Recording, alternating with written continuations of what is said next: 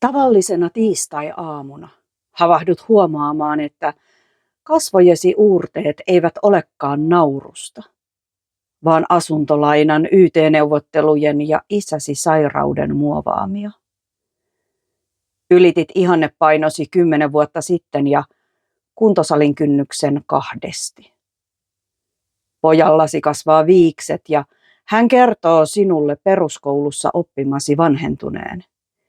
Kirjaimet, jakolasku ja alkuaineiden lukumäärä ovat muuttuneet, vaikka itse yhä olet sisältäsi sama kuin viime vuosituhannella.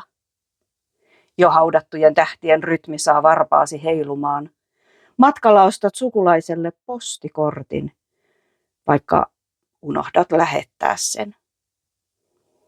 Meikkivoiteesi taitoksia katsoessasi ihmettelet, kuinka nopeasti kaikki se, jota karkuun olet juossut, saavutti sinut kodissasi. Kuinka 1001 unelmaa on vaihtunut ainoastaan toiveeksi, että auto menisi katsastuksesta läpi.